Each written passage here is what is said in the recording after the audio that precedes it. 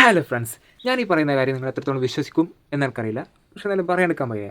ഒരു കാര്യം പറയട്ടെ, 823 വർഷത്തിലൊരിക്കൽ സംഭവിക്കുന്ന ഒരു കാര്യം ഞാൻ പറയാൻ പോകുന്നത്. മനസ്സിലായിട്ടില്ല? എന്നിട്ട് ഓടിയിട്ടില്ല, പറഞ്ഞുതരാം. ഞാൻ ഈ സ്ക്രീനിൽ കാണിക്കുന്ന കലണ്ടർ ഉണ്ടോ, അത് ഈ 2025 ഫെബ്രുവരി മാസത്തെ കലണ്ടറാണ്. എന്നിട്ട് ഓടിയിട്ടില്ല. അതായത് ഈ കലണ്ടറിനൊരു പ്രത്യേകതയുണ്ട്. 823 വർഷത്തിലൊരിക്കൽ നടക്കുന്ന സംഭവം. അന്നേരം നമ്മൾ ഈ ഇപ്പോൾ ജീവിച്ചിരിക്കുന്ന ഞാൻ ഉൾപ്പെടെ ഒരു കുട്ടി ഉണ്ടാവില്ല, എല്ലാം ചത്തു.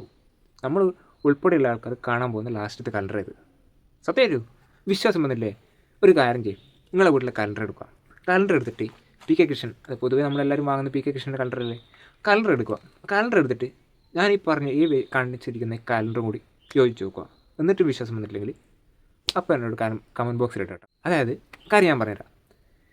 ഈ കലണ്ടറിൻ്റെ ഒരു പ്രത്യേകത എന്താണെന്ന് വെച്ചാൽ എല്ലാ ഞായറാഴ്ചയും 4-നുണ്ട്, എല്ലാ തിങ്കളാഴ്ചയും 4-നുണ്ട്, എല്ലാ ചൊവ്വാഴ്ചയും 4-നുണ്ട്, എല്ലാ ബുധനാഴ്ചയും 4-നുണ്ട്, എല്ലാ വ്യാഴാഴ്ചയും 4-നുണ്ട്, എല്ലാ വെള്ളിയാഴ്ചയും 4-നുണ്ട്, എല്ലാ ശനിയാഴ്ചയും 4-നുണ്ട്.